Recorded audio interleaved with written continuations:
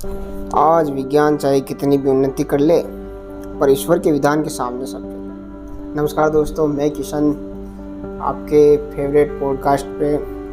तो आज कोई माने या ना माने, ईश्वर द्वारा प्रकृति की संरचना ही सर्वश्रेष्ठ रचना है। हमें ईश्वर ने जो जिस रूप में दिया है वही हमारे लिए सर्वोत्तम है। हम भोग विलास दिखावे और लालसा में भले ही प्रकृति की चीज़ों से दूर चले गए हों, पर आज मानव निर्मित चीज़ों के दुष्प्रभाव दुष्परिणामों के कारण मनुष्य को वापसी प्रकृति चीज़ों की तरफ लौटना पड़ रहा है, क्योंकि वही सर्वश्रेष्ठ है। जानिए इस विषय में कुछ उदाहरण। जैसे पहले मनुष्य मिट्टी के बर्तन प्रयोग करता था, फिर वहाँ से भिन्न भिन्न धातुओं और स्टील और प्लास्टिक के बर्तनों तक पहुँच गया, पर इसके प्रयोग से कैंसर होने का खतरा हो गया।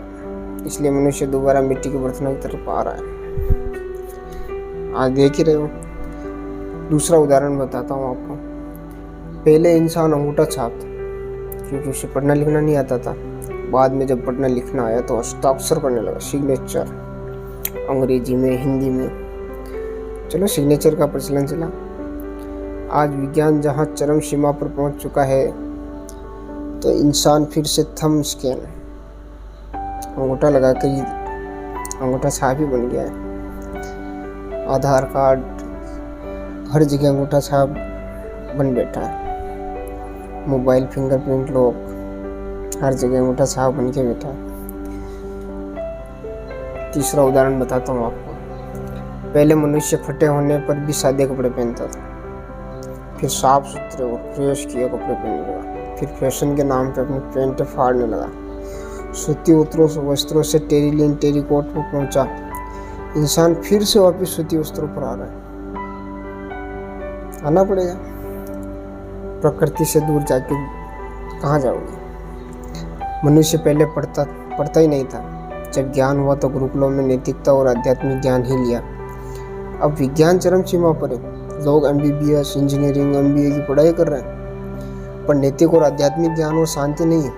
आत्महत्या जैसा घोर पाप बढ़ रहे हैं, अपराध बढ़ रहा है। समय वो आ गया है कि नैतिक और आध्यात्मिक ज्ञान भौतिक ज्ञान से जरूरी हो गया है, और होना भी चाहिए। मनुष्य को आध्यात्मिक ज्ञान तो होना ही चाहिए, भले भौतिक ज्ञान हो ना हो। पांचवा उदाहरण मैं आपको बताता हूँ। खेती में पहले प्राकृतिक खाद का उपयोग था, बाद में यूरिया, कीटनाशक दवाइयों का उपयोग होने। हरित क्रांति ला रहे, उनके दुष्परिणाम आज देख लो। वापिस ऑर्गेनिक खेती की तरफ दौड़ रहा है मनुष्य। कैंसर, न जाने BP, शुगर, न जाने कैसी कैसी बीमारी आ गई। अगला उदाहरण। पहले मनुष्य कुदरती फल, खाद्य पदार्थ ही खाता था, फिर कुदरती भोजन से मनुष्य processed food, canned food, packed juice. अरे यार, क्या जमाना आ गया। बर्गर, पिज्ज़ा, इनकी तरफ बढ़ा। इससे तरह तरह की बीमारियां होने लगी। अब इन बीमारियों से बचने के लिए मनुष्य दोबारा कुदरती भोजन की तरफ आ रहा है। फल फ्रूट खा रहा है, सादा भोजन खा रहा है। और अगला उदाहरण देखो। पहले मनुष्य सादी वस्तुएं उपयोग करता था, फिर पुरानी और सादा चीज़ें इस्तेमाल ना करके ब्रांडेड चीज़ें उपयोग करने लगा। नई चीज़ों से जी भर गया तो पुरानी चीज़ें ही एंटीक पीस कहकर रखने लगा। ये भी जमाना। पहले पुरानी को छोड़ देते, नई नई चीज़ें खरीदेंगे, ब्रांडेड, ये वो, और फिर उन्हीं पुरानी चीज़ों को सजा के रखेंगे घर में कि ये एंटीक पीस है। तो ब्रांडेड कौन सा, एंटीक कौन सा।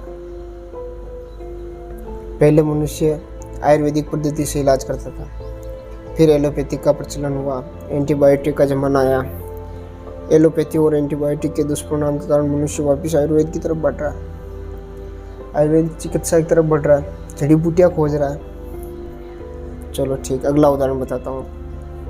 पहले बच्चे मिट्टी खाते थे। जैसे जैसे सभ्यता का विकास हुआ, मनुष्य बच्चों को इन्फेक्शन के डर से मिट्टी से खेलने से रोकने लगा। बच्चों को घर में बंद करके फिसडी बना दिया।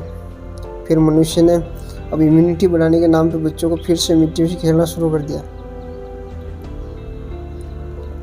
5 तत्व का शरीर है भाई। 5 तत्व इसको नहीं मिलेंगे तो कहाँ जाएगा ये। अगला उदाहरण बताता हूँ आपको। पहले मनुष्य जंगल में रहा, गांव में रहा, फिर विकास की दौड़ में शहर की तरफ भागा, वहाँ पर्यावरण को प्रदूषित किया और अब वापस साफ हवा और स्वास्थ्य लाभ के लिए जंगल, गांव, हिल स्टेशन की तरफ जा रहा है। खूब सिटी की तरफ, खूब गाजे बाजे बजाए, खूब डीजे बजाए। कि सुकून चाहिए तो सुकून कहाँ मिलेगा? सुकून तो शांति कहाँ मिलेगी? साफ वातावरण में मिलेगी। तभी तो हिल स्टेशन संभाल रहे हैं। जंगल, गांव और गौशालाओं में रहने वाला मनुष्य चकाचौंध से प्रभावित होकर शहर की तरफ भागा, डिस्को भागा, पब भागा। मनुष्य दोबारा मन की शांति के लिए शहर से जंगल, गांव, गौशालाओं की ओर जा रहा है। भारतीय हिंदू संस्कृति महान थी। इसके अनुसार जीवन जीने से व्यक्ति स्वस्थ, सुखी और सम्मानित जीवन जीता था। लेकिन टीवी, फिल्मों, मीडिया के दुष्प्रभाव के कारण पाश्चात्य संस्कृति में चला गया। लेकिन वहाँ दुख, चिंता, बीमारियां बढ़ने लगी तो भारतीय संस्कृति की तरफ लौटना शुरू कर दिया। आज इंडिया में ही नहीं, रूस, बड़े बड़े देशों में भारतीय संस्कृति अपना रहे हैं। उन्हें पता है भारतीय संस्कृति, हिंदू संस्कृति कितनी वैज्ञानिक है और इनसे कितना फायदा मिलता है।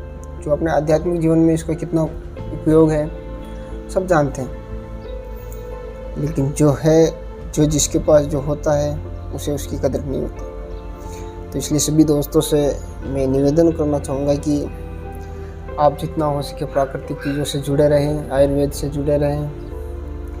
इससे ये निष्कर्ष निकलता है कि तकनीक ने जो हमें जो दिया उससे बेहतर ना भगवान ने हमें पहले ही दे रखा था। इससे यह निष्कर्ष निकलता है कि तकनीक ने हमें जो दिया उससे बेहतर तो भगवान ने हमें पहले ही दे रखा था। वास्तव में विज्ञान की बजाय ईश्वर की संरचना ही हमारे लिए सर्वश्रेष्ठ है। इससे सिद्ध होता है कि हमारे लिए ईश्वर सबसे बड़ा हितैषी कोई नहीं है। जय सत्य सनातन, जय हिंद, जय भारत, जय हिंदू संस्कृति, जय सिया राम।